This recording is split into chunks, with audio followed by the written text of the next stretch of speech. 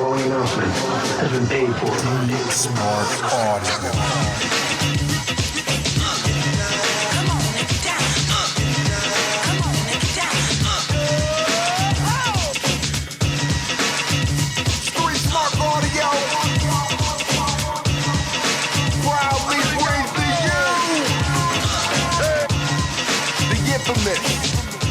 Extreme Retro Review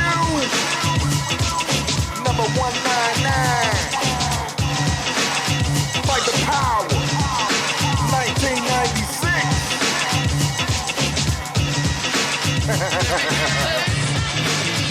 Starring the Scourge of the IWC.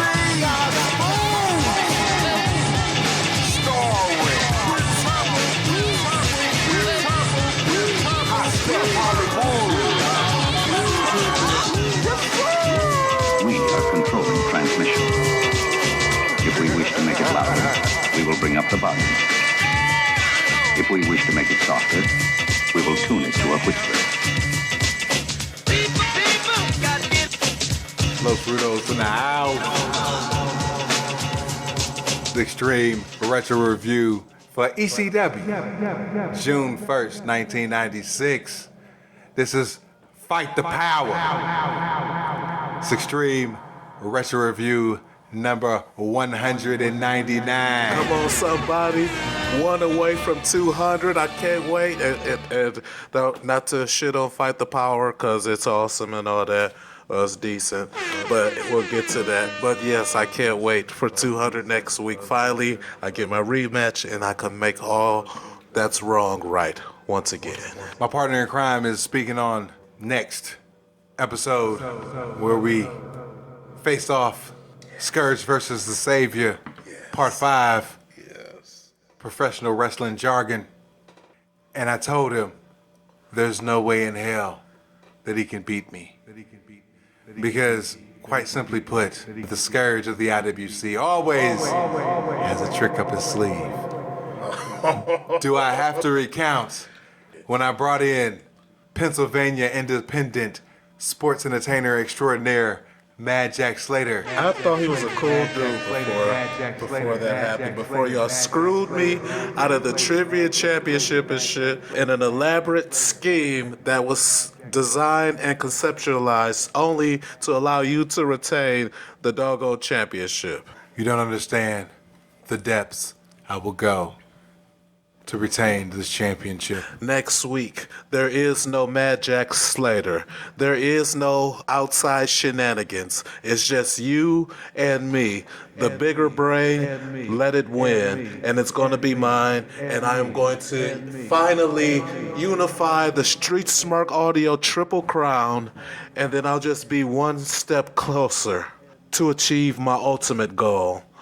And that's recreating the multiverse a la Shane Douglas when he played Anti-Monitor. Now it's my turn because he fucked up and left Terry Funk, and I am going to rid the next reality of Terry Funk. It'll be like it never existed, and Hwould is going to be my number one flunky. As y'all know, this is June 1st, 1996, Fight the Power. Show starts off, we got Joey in the ring. He brings out Stevie, dancing Stevie Richards and Raven Nevermore. For some reason, Stevie is rocking a Boys to Men shirt, cut off and shit. That tickled the fuck out of me for some reason. And of course, his standard Daisy Dukes and shit that he rocks. If you watched the show last week, Raven gave an edict to Stevie to find the hoiest hoe he could find. Today, he answers that challenge by introducing Divine Brown. All right, so check this out for those that aren't in the know. Divine Brown was a streetwalker who sucked off Hugh Grant in the 1996, maybe late 95, I don't know. Hugh Grant was this British actor who was tearing up all the rom-coms of the day, and then he gets caught busted on Hollywood and Vine, getting sucked off by Divine Brown, who cannot walk in her high heels in the ring. She looked like a baby did. Like eventually at some point, she ended up just jumping into Stevie's arms and shit. Oh, she had her ass out too, you know what I'm saying? Short ass shorts, cheeks out there and shit. Don't look at that bitch, man. Divine is Stevie's gift to Raven. But Raven gets on the mic and declares that she hasn't fucked enough dudes. Basically, he said she hasn't been with enough people yet. I don't want her. He dips. Or as the Foods would say, powders. Which means to leave the ring. Shout out to 200. Yeah, you know what I'm talking about. Divine Brown coming out, get the nice little pop culture reference going on right there. You know what I'm saying? The nerds in the audience probably been watching the news. Probably been watching 4 weddings and a funeral or some shit. Seeing Hugh Grant, and he's all over Inside Edition or Current Affair, whatever the fuck those shows were that you do those exposés on the Hollywood stars back in the 90s. Yeah. Overall, meh. Moving on. Rob Van Dam about to face off against injured Mikey Whipwreck. Joey's still putting over Mikey Whipwreck as the unlikeliest ECW Triple Crown winner. It's complete LOL. Well, he ain't lying, because I never would have guessed that this guy would have won all they belts and shit. Yeah, it's Mikey versus Rob Van Dam. Crowd is chanting for Sabu at Rob Van Dam and shit because he dissed that nigga when he whooped his ass in the last match. Then out of nowhere, in a wheelchair, here comes Brian Pillman. He's on the mic talking shit. You know what I'm saying?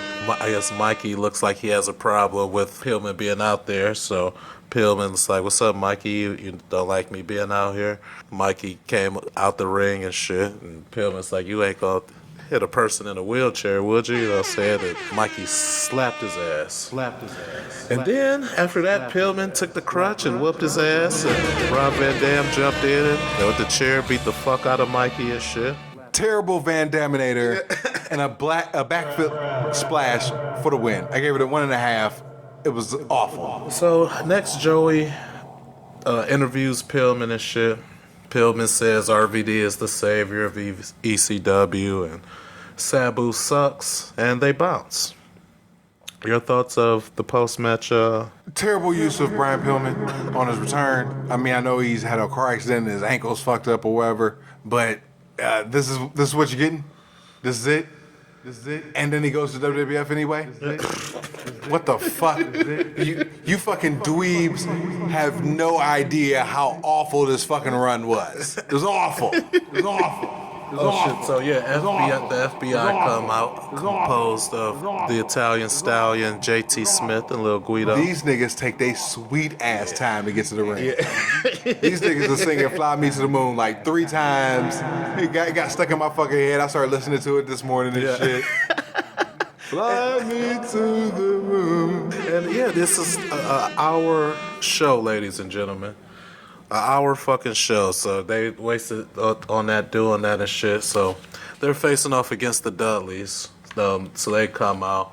Bubba grabs the mic. He's about to start singing Fly Me to the Moon, the stuttering version. But JT snatches the mic from him, and then just as fast as he took the mic, Devon snatched the mic back from him, like, give me this motherfucker. So anyway, the match starts and shit. Wrestling for a hot second, and then for no reason, for whatsoever, Devon attacks the ref, gets the Dudleys disqualified. Negative infinity!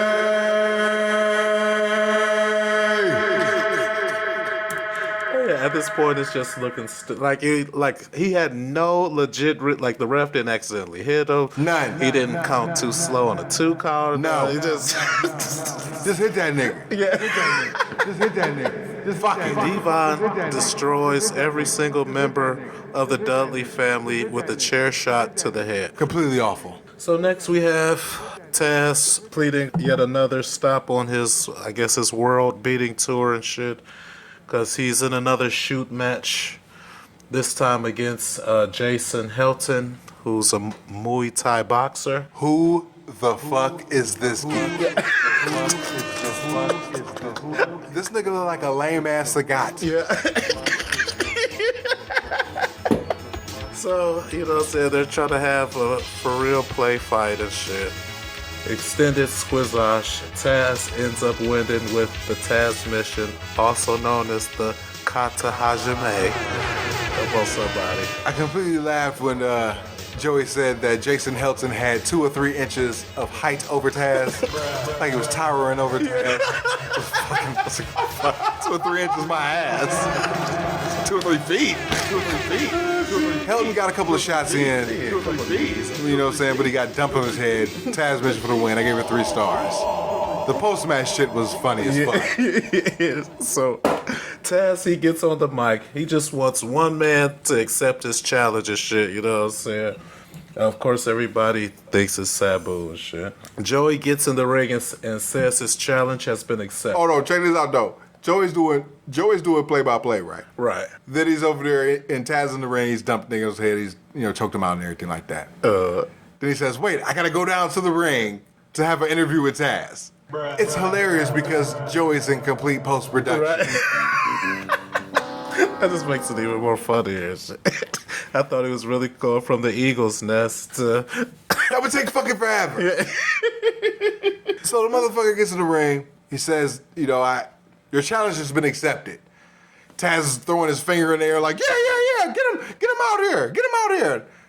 Joey's like, it's not who you think it is. It's not who you think it is. He's like, yeah, it is. You know what I'm saying?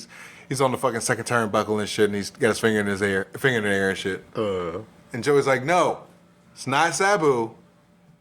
It's Polar Bear Paul Varlins. Now, I am the most casual of MMA fans. I don't know none of these motherfuckers. I couldn't pick out none of them out of a crime lineup except Brock Lesnar. But who the fuck is this doofy dweeb? He looked like a marshmallow with a shirt and jeans on. I'm glad we were on the same page, because, I put some jabroni from UFC named Paul Varlins.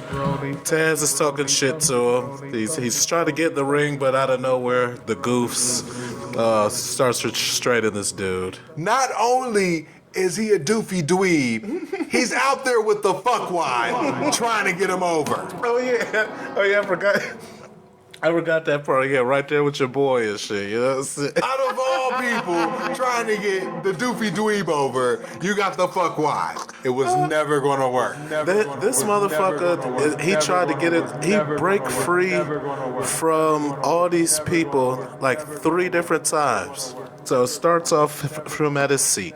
Then they get him down the aisle. Then he come back to the ring and shit. Then they get him back in behind the curtain and shit. Then this motherfucker make his way back out and shit. The shit got to be a little ridiculous after a while. And the whole time Taz in the ring and shit, it being hilarious and shit, to tell him to get his big ass in here and shit, and talking about he was running away and shit. Taz eviscerated him on the mic. Yeah. The motherfucker actually got free from the geeks and still never got into the ring. Yeah, right. I don't give a fuck about what any of you goofs think about this Taz Varlin shit. This shit is not over nobody's. Oh man, wait a minute. Does this really become a thing? They're about to have a feud? Stay tuned. Oh my god. Oh, next up we have Tommy Dreamer and the Pitbulls versus Brian Lee and the Lunkheads. 2 things I didn't know going into this match. 1, that it was an elimination match. And that 2, the winner or the survivors would get a shot at Raven. I was just, of course, so thinking like, what happens if it would have been 3 survivors? Do all 3 of them get a shot at Raven? How's this going to work out and shit, you know what I'm saying? But I guess, I don't know if it was mentioned on the show last week and I missed it, or it's just one of those little tidbits that they added in post-production or whatever. It could have been mentioned during one of the bumpers on the Go Home show that was hyping June 1st. Okay. So it could have been, whoever survives faces Raven for the world title, you know? Because, I felt a little lost. But so anyway, I'm just going to list the eliminations and shit. So I guess it's an elimination match because Pitbull number 1 is eliminated first. Immediately. Yeah. This motherfucker, they did like the ball shot. Immediate. Double ball shot on him and shit. He had his arm in a sling the entire time. You know what I'm saying? Because basically since probably the fall or maybe even the summer of '95, Pitbull number 1's left arm has been different variations of padding, and it's been a recurring thing in his matches. He's been, holding the left arm. He's been, not punching as much with the left, and his arm, his elbow's been taped up, or it's been a full fucking cast on his fucking arm. And this match right here, he had it in a fucking sling. It was like a big ass sheet wrapped around him. It's crazy. Poor bastard. So, yeah, he's eliminated off top. So, next elimination occurs, or no, this wasn't an elimination, but so they're fighting all through the crowd, of course, and shit. So they end up top by the Eagle's Nest. Tommy Dreamer makes two girls kiss. What the fuck was that even for?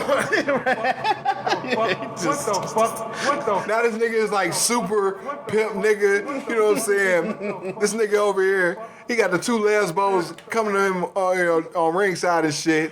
Beulah and Ladyboy. Now he just made two random bitches kiss that was on top of the fucking Eagle's Nest and shit. Thankfully, Raven comes out of nowhere and DDT, so nobody has time for that shit, Tommy Dreamer. Oh, and then right after that, Tommy gets chokeslammed through two tables, which I love. I did too. Next elimination, Dreamer nails one of the lunkheads with the DDT. He's gone. The next elimination comes with Tommy Dreamer volunteers himself to be power bombed onto Brian Lee, who's laying on the table. So imagine a nigga about to get power bombed, and imagine a nigga laying on the table. So Tommy Dreamer's like, yeah, go ahead, Pitbull number 2. Super Bobby threw motherfucking Brian Lee through the table. The only thing is, lunkhead number 2 or other lunkhead. Lunkhead X+1. Comes out of nowhere, pulls Brian Lee off the table. So basically, Pitbull number 2 just power bombs Tommy Dreamer through a table. He gets pinned. Tommy Dreamer puts in perpetuity. Oh man, Lunkhead X+1, Big Boots, his own partner, with a steel chair to the face to add to it, allowing for Pitbull number 2 to get the pin on him. Tommy Dreamer DDT's cheated and DDT'd. The motherfucker DDT's X+1. Yeah. The number 2 rolls up X+1 for the win. Yeah. I'm not rating this algebraic nightmare. All right, I did the hard work for you. You know what I'm talking about? So then, this is where I find out that the Soul Survivor gets a title shot. So Pitbull number 2 gets a title shot. Raven comes in out of nowhere and says, that shit's about to happen right now. I feel you, Raven, especially if you have booking powers like that. Might as well. It's funny how in wrestling, like, said, like, kayfabe wise, of course, every now and then wrestlers will just get booking powers. So he starts beating the fuck out of Pitbull number 2. I just want to say Pitbull number 2 did show some heart and shit. It wasn't like just a complete beat down and ass. No, the motherfucker showed some fire. You know what I'm saying? He's doing he's getting his Lex Luger, his little sting on this shit. Gorilla press slams and shit. Mm-hmm. You know what I'm saying? He was doing all that shit. Ultimately, it was a DDT onto a steel chair and a loaded boot to the head. That was the end for Pitbull number 2. 18 fucking months later, this nigga loads the fucking boot. Loaded the fuck out of that motherfucker, this match. And then Joey had the nerve to explain this shit. He said it was some spring-assisted leg or some shit. I said, you dweeb. Shut the fuck up. The 6-man was worthless. Shut the fuck up. You know what I'm saying? Raven versus number 2 was dope for what it was. The fucking boot finish. I mean, come on, somebody. Like, it was cool a couple of shows ago. You know what I'm saying? But the DDT, the drop kick into Pitbull 2 with the chair. Put the DDT on him with the chair. And then load the boot for the win and shit. It was like complete overkill. You know what I'm saying? Especially what happens next. Okay, so Shane Douglas, he's coming out dragging the TV title like a nigga dragging his laundry. down to the basement. My niggas out here Linusing the TV title down to the ECW ring. He's really selling the fact that he was supposed to, that he don't really give a fuck about this title and shit. Originally, he was supposed to face 2 Code Scorpio, but unfortunately, Earth 37's hero and 16-time world champion is out on Earth 1 with a staph infection at this time. 106-degree fever, Joey exclaimed. Shane, being the fighting champion that he is, he wants to get some work in. He wants to defend his title. Even though he doesn't really give a fuck about the TV title, he's going to be a fighting champion. So he challenges the most worthy competitor that he can think of to compete for the television championship. And he calls out the fearless, the tough. Shane Douglas versus El Taco Burrito.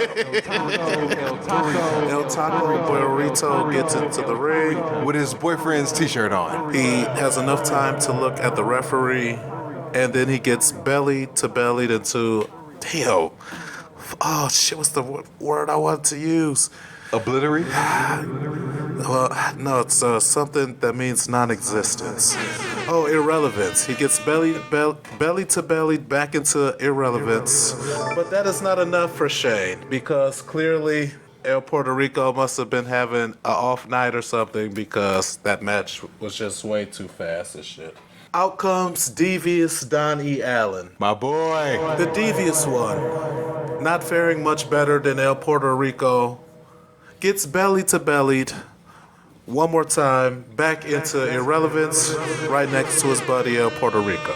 This is turning into a reign of terror, but props to the young men who have the heart to step up and get beat down. But next up is the Green Power Ranger, Devin Storm. Hideous. He gets kicked in the nuts. Dick kicked immediately. I didn't get him straight in the dick. Now check this out real quick. Shout out to Finnegoop. Shout out to Finnegoop. Because after he beat Taco, Finnegoop grabs the belt and tries to hold up Shane's hand, right? Shane pushes the motherfucking belt down, tells Finnegoop, hey, bitch, I don't want that fucking belt. It don't mean shit to me. He beats up the devious one. Finnegoop goes back to the belt. Tries to raise up Shane's hand. Pushes the fucking belt down. He says, hey, motherfucker, I told you. I don't give a fuck about that fucking belt. Don't touch my fucking hand. Dick kick Storm right in front of Finnegoop. You know Finnegoop has no balls. Wonder what that feels like. Because he's a pussy. Oh man, poor Finnegoop. That nigga didn't even get the belly to belly. He just got pinned. Oh, you sure? I wrote down he got belly to belly. Oh shit, he got the belly to belly? My bad. No, you good. You know what I'm saying? Well, shit, either way, the dick to kick to the dick would have been enough for most people anyway. So next, out comes Mikey. He comes limping out and shit. He's the scrappy, fiery underdog, the white meat baby face. Showing that fire. Yeah. Like Cactus Jack said. You know what I'm saying? He doesn't go out belly to belly style. He gets tapped out to the Texas Cloverleaf. The most hideous Texas Cloverleaf. I'm like, what the fuck is Shane doing? For a move to be innovated by Dory Funk Sr., he did it no justice. It was awful. So I had no idea the Texas Cloverleaf was 3,000 years old and shit. There wasn't a Texas 3,000 years ago. Oh, of course. It was the Egyptian cloverleaf back there. Yeah, Mikey comes out, he's trapped to the cloverleaf. That didn't get carried out by other baby faces. Yeah. You know what I'm saying? He can't walk now and shit. Shane directs his anger and ire at Pitbull number 2. But Pitbull number 2, he's not on it and shit. So he goes through all the bitches in ECW, what they do. Missy's a hoe, lesbians are hoes and shit. But Francine is the ugliest bitch in ECW. So of course Franny is not having that. She hits the ring, ass out and everything and shit, you know what I'm saying, and slaps all of the pink out of Shane Douglas and shit. Slapped the shit out of Shane Douglas. She jumped into it too. She Loved it. Fucking love Franny. Franny's awesome. I'm like, is there some real heat here or something? 'Cause- You know, everything Franny do, she do it with passion. This shit is awesome. So Shane laughs it off, and that kind of looked like a receipt and shit, cause like I thought I was expecting him to be gentle with Franny, but he issued her up a belly to belly special, and he put a little stank on. So after he plants Franny with the belly to belly, Pitbull number 2, he's in the ring and shit. So he charges Shane Douglas and Shane just clobbers this motherfucker with the TV belt and shit. All right, so check this out, right? Pitbull number 2 is dead. Right, he's supposed to be. This nigga has already fought in the 6-man elimination match. This nigga got Van Daminated, DDT'd on a chair, and the spring-assisted lead-loaded boot to obliterate in the world title match. Now this nigga is stepping into the ring versus Shane Douglas, who's already beat Taco, the devious one, Devin Storm via dick kick, and Mikey Whipwreck, Egyptian cloverleaf. So you're like, there's no way Pitbull number 2, a tag guy, comes out on top in this match. How? And you could argue, like, even though Raven is the champion, like, he's, like, probably the best overall wrestler in ECW. The match ends when Shane, they're both on the top rope. He's getting ready to go for a super belly to belly to try to finish off the scrappy Pitbull number 2, who I guess he just gets stronger with each ass whooping and shit. He's doomsday now, shit. You know what I'm saying? But he counters the super belly to belly into a super bomb. 1, 2, 3, new television champion. From the motherfucker being dead from the 6-man to the world title match to the TV title match and ultimately beating Shane Douglas with a counter power bomb. Great self-contained story for this show for Pitbull number 2. They showed him in a 3-way versus Raven and Sandman that he can hang on the world title stage, even though he came up short. They showed that, he's impervious to pain. You know what I'm saying? He fought off against the lunkheads. You know what I'm saying? He came up short against Raven by himself after fighting off against the lunkheads and Brian Lee. And now, with just a little bit of luck and 3 seconds, counter power bomb, new TV champion. Great story. Pitbull number 2. See you at the Sullies. Babyface of the Year nomination. Wait. No, I get this is a great feel-good moment for all the Pitbull number 2 fans out there and shit. But is he really about to be Babyface of the Year candidate and shit? Stay tuned.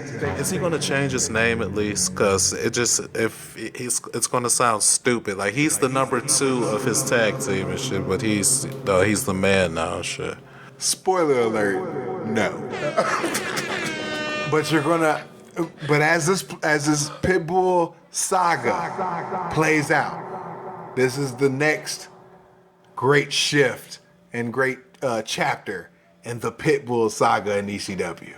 He doesn't change his name. All right, Pitbull number 2. Go get him, kid. Overall, early matches were shit and quick. The Dudley stuff was all storyline and beyond awful. The Taz shit set up, matches for 2 months down the road. And the Babyface nomination going to Pitbull number 2. Feel good moment to end the show with the redemption story arc of Pitbull number 2 gives this show, for historical purposes only, a thumbs up. Quick little final thought. Gotta give a shout out to my boy Shim. What up, Shim?